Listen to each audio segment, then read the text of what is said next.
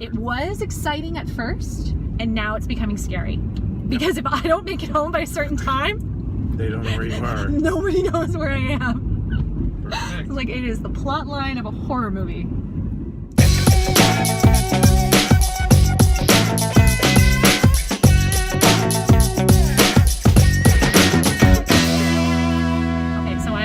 Balser.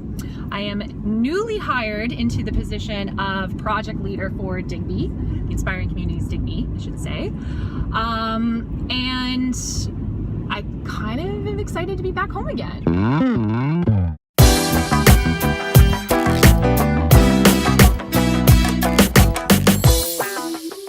In some cases, when we're looking at some of those social issues, especially in Digby and why Digby was sort of selected as a site, everyone who lives there knows that there are those big issues, those wicked issues, those social issues, and we can kind of tackle them and label them, and we know that there's reports and stats around that proves, you know, there's in food insecurity, accessible housing, you know, accessing even health services, all of those things, again, everybody knows it. But when you're constantly being told that these are the issues and this is how you should deal with it, then that creates a little bit of that sort of animosity and feeling of, you know, in a way, I look at Digby's sort of narrative as something that it would be really wonderful if we can kind of look at a way of how are we communicating as a community.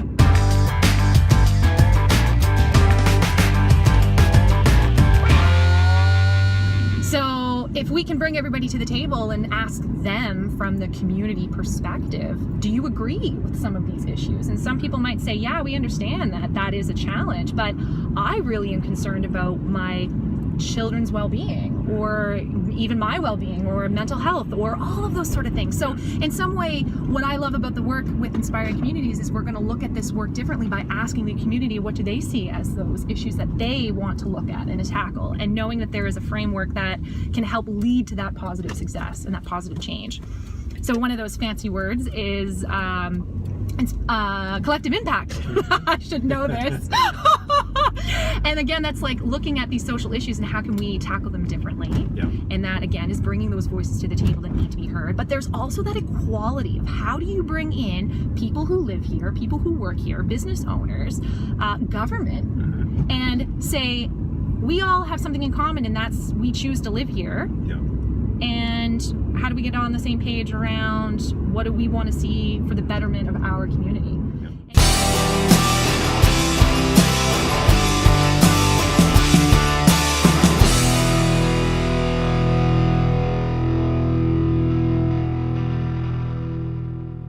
Oh, there's a hammer.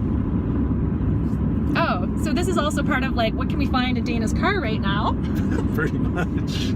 So, was that hard? No, that was fun, actually. Do you want to hit the red button? Perfect.